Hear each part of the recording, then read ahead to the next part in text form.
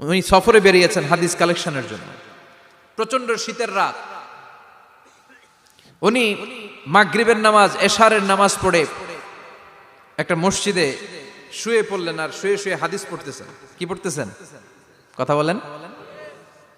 আর মনে মনে ভাবলেন রাতটা মসজিদে কাটায় দেই, ফজরের নামাজ পড়ে আবার বেরোবো। কিন্তু দারোয়ান এসে বলে মসজিদে থাকতে পারবেন না, ওঠেন। দারোয়ান আছে না? কথা কন। আহমদ ইবনে হাম্বল বললেন, আমি শুধু রাতটা থাকতে চাই, আমি তো ফজরেরও মুসল্লি, ফজর নামাজ পড়বো তো এই মসজিদে, আমার থাকতে দাও। দারোয়ান তো দেয় না, কেন? মসজিদে থাকার জায়গা না, যান মিয়া। উনি যে আহমদ ইবনে হাম্বল এটা চিনে নাই, থাকতে দেয় না। কি করবে এখন? উনি কাঁথা গুছিয়ে হাদিসের কিতাব নিয়ে কাঁধের মধ্যে ব্যাগ নিয়ে মসজিদ থেকে বেরোয় গেলেন। কি আর করবেন, প্রচন্ড শীত, আর কাঁপতেছেন, বুড়ো মানুষ। পথিমধ্যে দেখলেন বাজার। বাজার একজন খাব্বাজ, শাবুন খাব্বাজ, যুবক রুটি বিক্রেতা।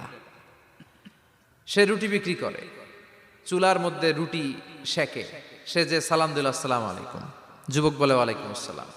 আহমদ ইবনে হাম্বল বলে, যুবক, আমার যাওয়ার জায়গা নেই, সফরে বেরিয়েছি, খুব শীতে কষ্ট পাচ্ছি, রাতে যদি তোমার এই চুলা থেকে একটু আগুন পোহাই, কোনো সমস্যা? যুবক বলে, না না, সমস্যা না, আহলান ওয়া সাহলান, খোশ আমদেদ, আসেন আসেন, আপনি আগুন পোহাইলে আমার সমস্যা কি? সুবহানাল্লাহ পড়েন। আল্লাহ শুকরিয়া করে উনি বসলেন আর আগুন পোহাচ্ছেন। আর খেয়াল করলেন যুবক রুটি বানায় আর পড়ে আস্তাগফিরুল্লাহ, রুটির দলা বানায় পড়ে আস্তাগফিরুল্লাহ, খামির বানায় আর পড়ে আস্তাগফিরুল্লাহ, রুটি নিয়ে উনুনের ভিতরে, চুলার ভিতরে সেকা দেয় আর পড়ে আস্তাগফিরুল্লাহ। দোকানদারের কাছে কেউ আসলেই সে রুটি দেয় আর পড়ে আস্তাগফিরুল্লাহ। ক্রেতার কাছ থেকে টাকা নিয়ে ক্যাশ বক্সে রাখে আর কি পড়ে? আবার রুটি বানানো শুরু করে আর কি পড়ে? খালি এইটাই পড়তেছে। ইমাম আহমদ ইবনে হাম্বল তো অবাক, কিরে এটা আবার কেমন যুবক, খালি আস্তাগফিরুল্লাহ। উনি প্রশ্ন করলেন, যুবক ঘটনা কি? আসার পর থেকেই তোমার দেখতেছি তুমি রুটি বানাও, রুটি বিক্রি করো আর পড়ো আস্তাগফিরুল্লাহ, মালাকা ইয়া শাবাব।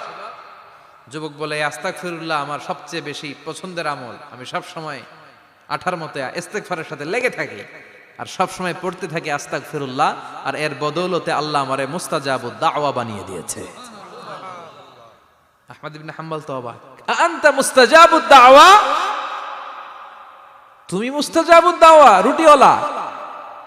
আমি এত বছর হাদিস পড়াই, আমিও তো মুস্তাজাবুদ দাওয়া না, আর তুমি রুটি বেচো বাজারে, তুমি মুস্তাজাবুদ দাওয়া, তুমি দোয়া করলেই সব কবুল হয়ে যায়। যুবক বলে, নাম আনা মুস্তাজাবুদ দাওয়া, আমি আমার জীবনে যত দোয়া করেছি কবুল করে নিয়েছে কে? সব দোয়া কবুল করে নিয়েছে আল্লাহ, একটা দোয়া ছাড়া। কয়টা? আহমদ ইবনে হাম্বলের কৌতূহল, কিউরিয়াসিটি আরো বেড়ে গেল। কি? সব দোয়া কবুল হয়েছে, একটা দোয়া ছাড়া। মাযালিকা দোয়া ইয়া শাব, কি সেই দোয়া?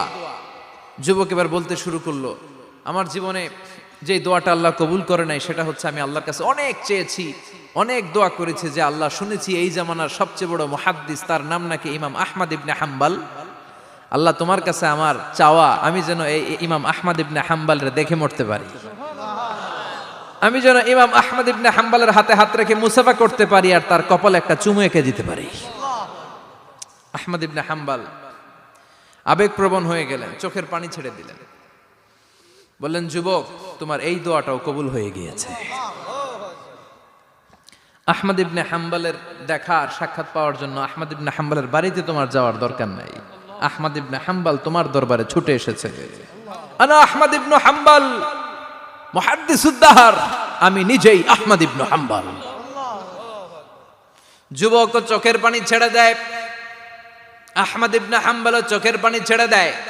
যুবক চিৎকার মেরে ইমাম আহমদ ইবনে হাম্বলকে জড়িয়ে ধরে, হাতে হাত রেখে মুসাফা করে, কপালের মধ্যে চুমু খায় আর আল্লাহর শুকরিয়া করে বলে, ও ইমাম, আসলে এই দোয়াটাও আল্লাহ আজকে কবুল করে নিল।